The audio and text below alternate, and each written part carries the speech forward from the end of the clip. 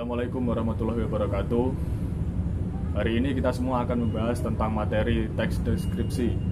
Dari dimulai pengertian teks deskripsi hingga kaidah kebahasaan teks deskripsi.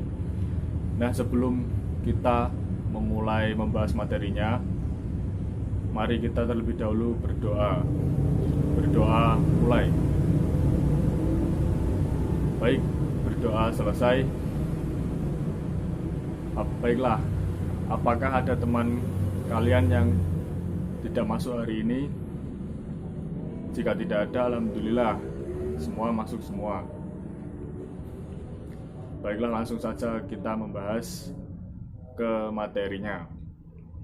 Di sini saya akan menjelaskan tentang materi teks deskripsi.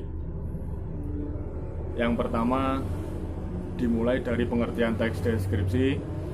Ya, yang kedua ada tujuan teks deskripsi, lalu ciri-ciri teks deskripsi, struktur teks deskripsi, jenis-jenis teks deskripsi, langkah-langkah pembuatannya, dan kaidah kebahasaan teks deskripsi.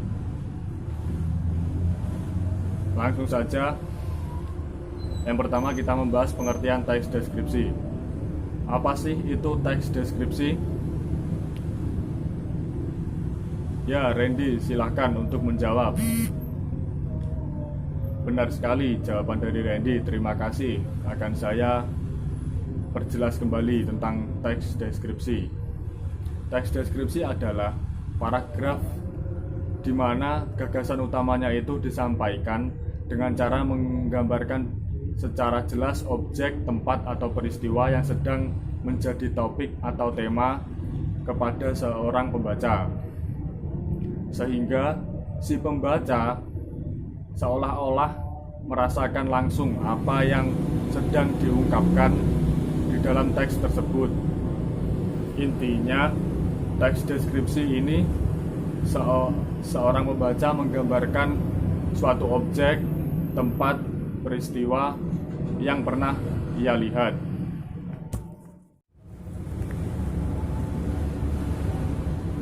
Ya, di bagian kedua materi teks deskripsi ini ada tujuan teks deskripsi. Apa sih tujuannya teks deskripsi itu? Apa tujuan dibuatnya teks deskripsi itu? Jika ada yang tahu, silahkan menjawab.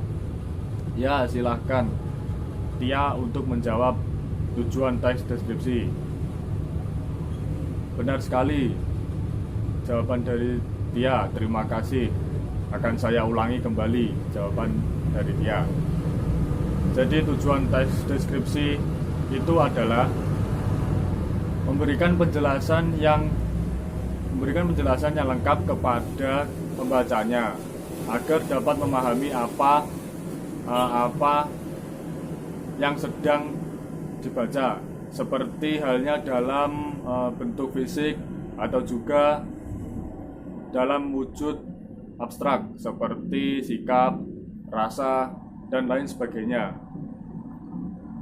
Saya ulangi lagi, tujuan teks deskripsi adalah memberikan penjelasan yang lengkap kepada pembacanya agar dapat memahami apa yang sedang dibacanya, seperti halnya dalam bentuk fisik atau juga wujud abstrak seperti sikap, rasa, dan lain sebagainya. Apakah di sini ada pertanyaan dari kalian?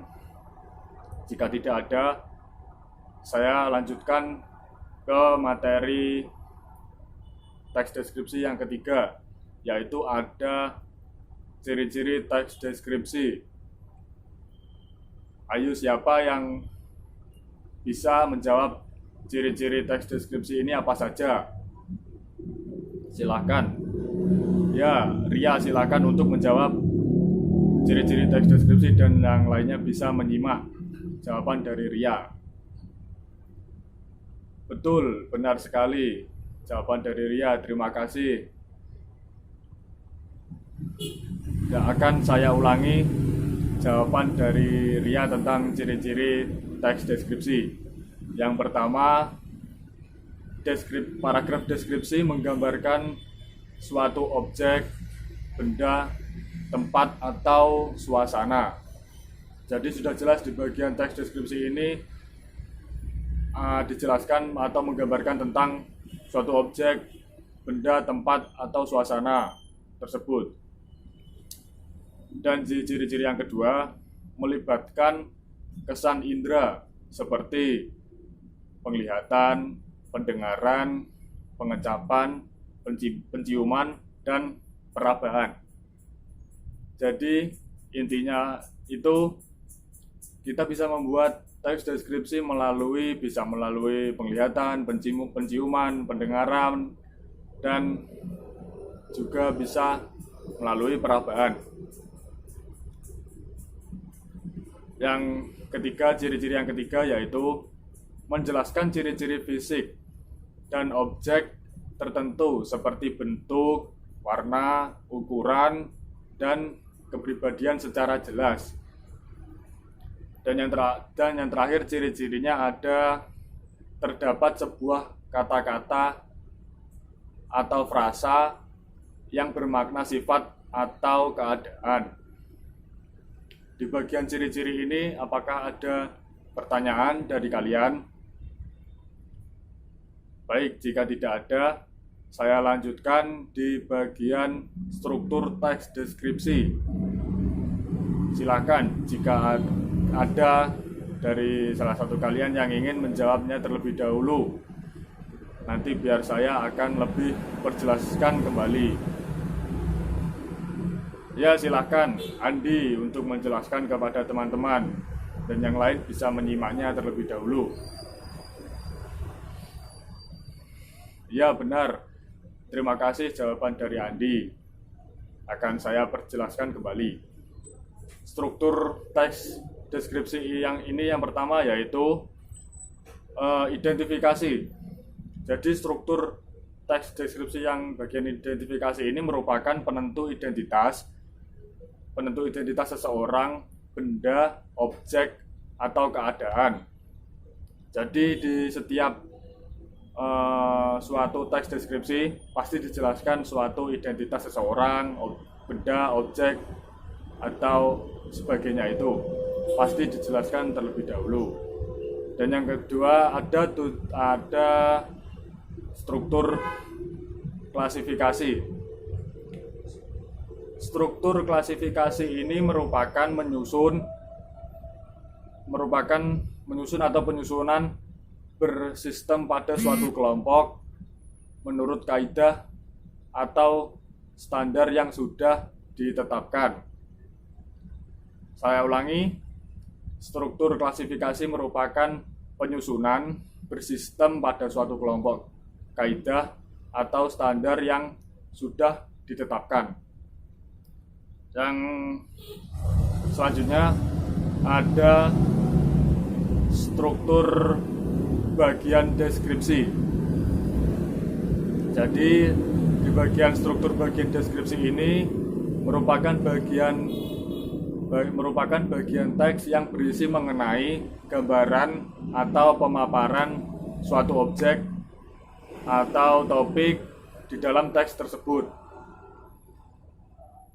Saya ulangi kembali, struktur bagian deskripsi merupakan bagian teks yang berisi mengenai gambaran atau pemaparan suatu objek atau topik di dalam teks tersebut.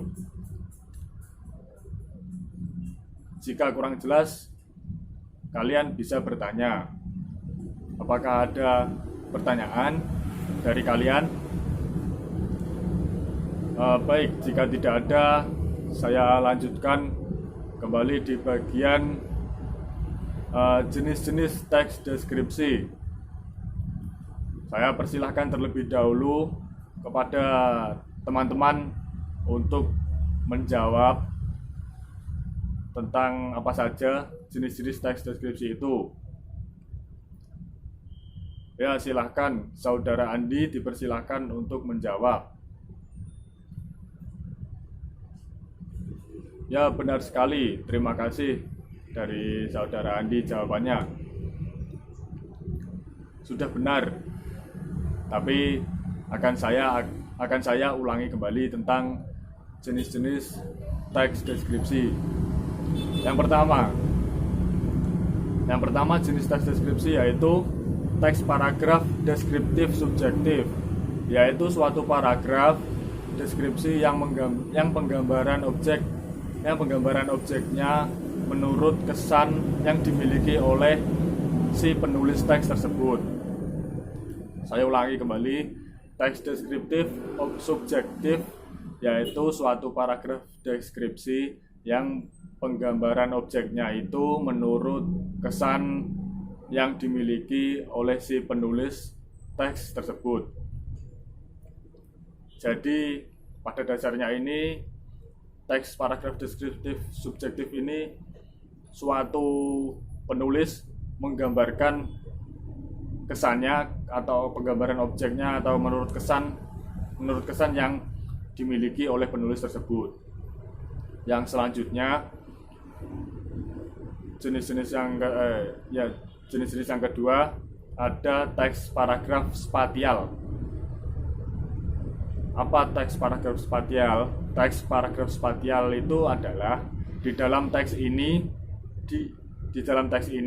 objek yang digambarkan hanya berupa tempat, benda, ruang, serta yang lainnya. Saya ulangi kembali, teks paragraf spatial adalah di dalam teks ini objek yang digambarkan hanya berupa suatu tempat, benda, ruang, serta yang lainnya.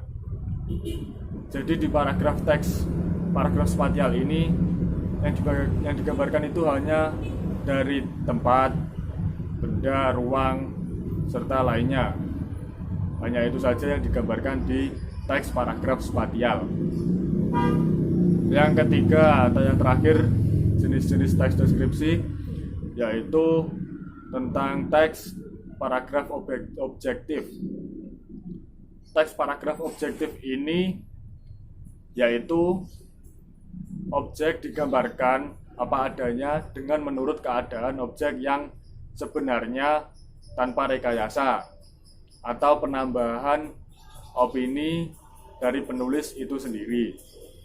Saya ulangi kembali tentang teks paragraf objektif yaitu objek digambarkan apa adanya dengan menurut keadaan objek yang sebenarnya tanpa rekayasa atau penambahan opini dari penulis itu sendiri. Jadi di teks paragraf objektif itu hanya digambarkan apa adanya. Jadi seorang penulis itu menggambarkan apa adanya yang sebenarnya dan tanpa rekayasa atau penambahan opini dari penulis itu sendiri. Jadi murni tanpa ada rekayasa apapun atau opini apapun. Ya, di materi teks deskripsi selanjutnya ini ada langkah-langkah menyusun teks deskripsi. Ada yang tahu apa sajakah langkah-langkah menyusun teks deskripsi ini? Ya, dipersilahkan saudari Ria untuk menjawabnya terlebih dahulu. Yang lain bisa menyimaknya. Ya, terima kasih, jawaban dari saudari Ria sudah benar dan akan saya lebih perjelaskan kembali. Di langkah-langkah menyusun teks deskripsi ini, yang pertama ada menentukan tema objek yang akan dibahas. Menentukan tema atau objek yang akan dibahas ini menjadi langkah pertama sebelum kita menuliskan suatu teks deskripsi. Yang kedua, menentukan tujuan. Jadi kita harus tahu tujuan penulisan teks deskripsi ini. Yang ketiga, kumpulkan fakta-fakta dan data-data, lakukan observasi atau pengamatan dengan secara langsung mengenai objek yang akan dibahas. Saya ulangi, kumpulkan fakta-fakta atau data-data dan lakukan observasi atau pengamatan dengan secara langsung mengenai objek yang akan dibahas. Jadi kita harus mengobservasi terlebih dahulu suatu objek yang akan kita bahas menjadi teks deskripsi. Yang selanjutnya, setelah data-data terkumpul, susunlah data tersebut menjadi kerangka karangan. Nah, setelah kita melakukan observasi, pengamatan secara langsung mengenai objek yang akan dibahas, dan data telah terkumpul, maka kita akan menyusun data tersebut menjadi kerangka karangan. Yang terakhir, langkah-langkah menyusun teks deskripsi yang terakhir adalah kemudian uraikanlah kerangka karangan tersebut menjadi teks deskripsi yang disesuaikan data dan fakta dengan topik. Saya ulangi kembali. Yang terakhir, kemudian uraikanlah kerangka karangan tersebut menjadi teks deskripsi yang disesuaikan data dan fakta dengan topik tersebut. Dari sini, apakah ada pertanyaan dari kalian tentang langkah-langkah menyusun teks deskripsi ini? Jika ada, silahkan ditanyakan sekarang sebelum saya lanjutkan di materi teks deskripsi terakhir bagian kaidah kebahasaan teks deskripsi.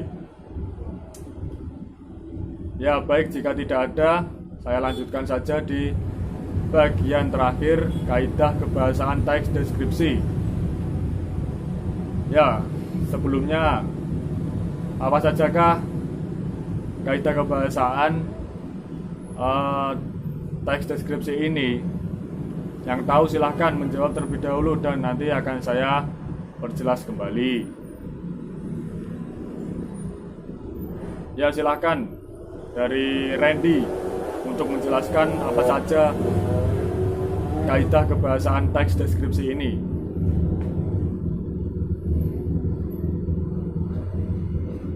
Ya, baik, terima kasih jawaban dari Randy. Benar dan bagus jawaban dari Randy. Akan saya jelaskan kembali. Kaidah kebahasaan teks deskripsi yang pertama ada menggunakan kata benda sesuai topik yang ingin dideskripsikan. Jadi menggunakan kata benda sesuai topik yang ingin dideskripsikan, yaitu misal saya ingin membuat dari kata benda kursi, yaitu yang akan saya deskripsikan dari suatu benda yang dinamakan kursi itu. Yang kedua, menggunakan frase yang mengandung kata benda. Dan yang ketiga, mengandung kata sifat yang bersifat menggambarkan. Jadi, mengandung kata sifat yang bersifat menggambarkan ini menggambarkan suatu benda atau objek yang dibahasnya. Yang terakhir ini menjelaskan, maksudnya mengandung kata kerja transitif untuk memberikan informasi subjek.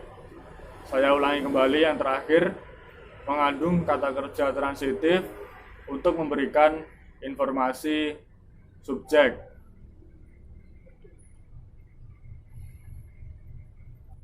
Ya, selanjutnya akan saya berikan contoh teks deskripsi. Contoh ini berupa teks deskripsi tempat wisata ya, yang berjudul Goa Selomangkleng. Goa Selomangkleng merupakan tempat wisata yang populer di Kota Madya, Kediri, yang berada di utara kota dan didukung dengan akses jalan yang bagus. Tersedia juga angkutan kota dan dekat dengan universitas serta SMAN di Kota Kediri. Di dalam gua, suasananya gelap gulita dan aroma dupa yang cukup menyengat. Tidak ditemui stalaktit maupun stalagmit yang biasanya ada pada gua-gua alam. Terdapat 3 ruangan yang ada di dalam gua.